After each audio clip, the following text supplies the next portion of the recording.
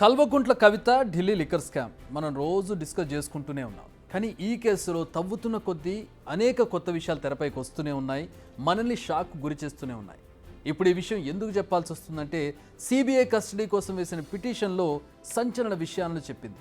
ఇప్పటి వరకు 100 కోట్ల ముడుపులు తీసుకున్నారన్న విషయాలను ఈడీ కన్ఫర్మ్ చేసింది. కానీ సిబిఐ మరో ముందడుగు వేసింది, మరిన్ని వివరాలను కోర్టు ముందుంచింది. మాట్లాడితే ఇది రాజకీయ ప్రేరేపిత కేసు, ఇది కాల పరీక్షకు నిలబడిన కేసు, సిబిఐ ఈడీ ఎఫర్ట్స్ అన్నీ బూడిదలో పోసిన పన్నీరే అని చెబుతున్న కవితకు ఇప్పుడు ఈ రిమాండ్ ఒక షాక్ ఇచ్చేదనే చెప్పాలి. ఎందుకంటే ముడుపుల కింద ఇచ్చిన అందిన డబ్బు ఎలా వెళ్ళిందనేది క్లియర్ కట్గా ఎక్స్ప్లెయిన్ చేసింది CBI. The flow of money. తాము డబ్బును హవాలా రూపంలో తరలించామని కవిత మాజీ పిఏ అశోక్ కౌశిక్ సిబిఐకి చెప్పేశారు. అభిషేక్ బోయిన్పల్లి సూచనతో డబ్బు తరలించారని ఆయన తేల్చి చెప్పారు. అంతేకాదు ఆ డబ్బును గోవాకు తరలించినట్టుగా కూడా తేలిపోయింది. అఫ్కోర్స్ ఇది ప్రాథమికంగా గోవాకు వెళ్ళిన విషయం అప్పుడే ఈడీ చెప్పింది. ఆ ఏడాది గోవాలో జరిగిన ఎన్నికల్లో ఆప్ తరపున chariot media productions private limited పనిచేసింది. ప్రచారానికి కావాల్సిన ఏర్పాట్లను చేయడం దీని పని. అభిషేక్ బోయిన్పల్లి 30 కోట్ల కంపెనీకి పంపినట్టు నిందితులు తెలిపారు. ఇప్పటికే సిబిఐ కూడా 11.94 కోట్ల రూపాయలు వారికి హవాలా రూపంలో అందినట్టు కన్ఫర్మ్ చేసుకుంది. ఇక ఈ కేసులో మరో ఇంపార్టెంట్ వ్యక్తి బుచ్చిబాబు. ఈయన కవితకు సీఏగా ఉన్నారు. ఈయన చాట్స్ ద్వారా తెలిసింది ఏంటంటే ఇండో స్పిరిట్స్లో కవిత భాగస్వామి అనేందుకు కూడా ఆధారాలు ఉన్నాయి.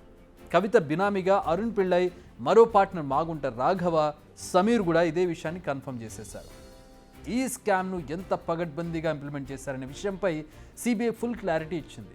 నిజానికి పాలసీ ప్రకారం రిటైల్ జోన్లో 2 జోన్లకు మాత్రమే అవకాశం ఉంది. కానీ 5 జోన్లు అరబిందో ఫార్మా గ్రూప్కు చెందిన శరత్ చంద్రారెడ్డికి దక్కాయి. పేరుకు 3 కంపెనీలకు జోన్లు దక్కాగా ఈ 3 కంపెనీల డైరెక్టర్ శరత్ చంద్రారెడ్డి కావడం విశేషం. దీని వెనుక కూడా కవిత కీ రోల్ ప్లే చేసినట్టుగా చెబుతోంది సిబిఐ. కవిత శరత్ చంద్రారెడ్డి మధ్య డీల్ కుదిరింది. ఇలా ఆయనకు లాభం చేకూర్చినందుకు 14 కోట్లు ముట్టాయి కవితకు. అయితే డబ్బులను ఎలా ఇవ్వాలి? ఇక్కడే మళ్ళీ కవిత లాబీ గ్రూప్ తెలివైన పనిచేసింది. మహబూబ్ నగర్లో అరబిందో గ్రూప్ కవితకు చెందిన ఓ ల్యాండ్ కొనుగోలు చేసింది. నిజం చెప్పాలంటే కవిత కొనాల్సింది అని డిమాండ్ చేసినట్టు ఆరోపణలున్నాయి. Aurobindo reality and Mahira ventures పేరుతో ఈ భూమిని కొనుగోలు చేశారు.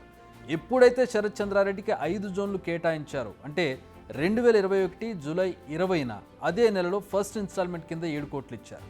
ఇక అదే ఏడాది నవంబర్లో రెండో ఇన్స్టాల్మెంట్ కింద మరో 7 కోట్లు ట్రాన్స్ఫర్ చేశారు. మరి ల్యాండ్ చేతులు మారాలి కదా, కానీ అసలు అలాంటి ఊసే లేదు. సో ఇది ల్యాండ్ పేరుతో జరిగిన ముడుపులు ముట్ట చెప్పడం అని అర్థమవుతోంది. యాక్చువల్గా పాలసీ కోసం ఆప్ నేతలకు 100 కోట్లు ఇచ్చారు కవిత.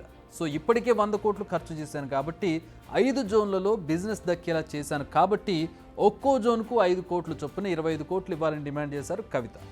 ఈ డబ్బును తన మనుషులైన అరుణ్ పిళ్ళై, అభిషేక్ బోయిన్పల్లికి ఇవ్వాలని కేజ్రీవాల్ మనిషి అయిన విజయ్ నాయర్ ఈ విషయాలను కోఆర్డినేట్ చేస్తాడని చెప్పినట్టు సిబిఐ గుర్తించింది.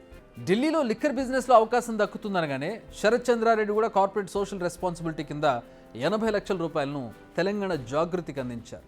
ఇది కూడా 2021 మార్చిలో జరిగింది. అరబిందో రియాలిటీ అండ్ ఇన్ఫ్రాస్ట్రక్చర్ పేరుతో జాగృతికి ఈ డబ్బును ట్రాన్స్ఫర్ చేశారు అతను. అయితే 2022 ఆగస్టు 31న ఢిల్లీ లిక్కర్ పాలసీ రద్దయింది. దీంతో తన రిటైల్ జోన్స్కు ఇండో స్పిరిట్ నుంచి రావాల్సిన 60 కోట్లు ఇవ్వొద్దని కూడా పిళ్ళైకి కవిత చెప్పారని శరత్ చంద్రారెడ్డి సిబిఐకి చెప్పారు.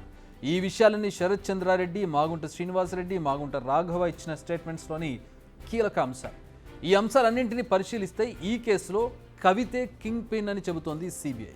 అందుకే కవితను మరిన్ని విషయాలపై విచారించాల్సి ఉంది కాబట్టి కస్టడీకి ఇవ్వమని కోరింది సిబిఐ. దీంతో కవితను 3 రోజుల కస్టడీకి అనుమతించింది కోర్టు. ఓవరాల్గా సిబిఐ చెబుతుంది ఏంటంటే ఢిల్లీ లిక్కర్ పాలసీలో మార్పులు చేయడానికి కారణం కవిత, 100 కోట్ల ముడుపులు సేకరించి ఆప్ నేతలకు ఇవ్వడానికి కారణం కవిత, మొత్తం అన్ని విషయాలను సమన్వయం చేసిన వారు కవిత, శరత్ చంద్రారెడ్డిని బెదిరించింది కవిత, అలా బెదిరించి 14 కోట్లు ట్రాన్స్ఫర్ చేసేలా చేసింది కవితే. ఇవన్నీ కవిత నోరు విప్పకముందు తెలిసిన విషయాలు. ఇక కవిత నోరు విప్పితే మరిన్ని సంచలన విషయాలు వెలుగులోకి రావడం ఖాయంగా కనిపిస్తోంది.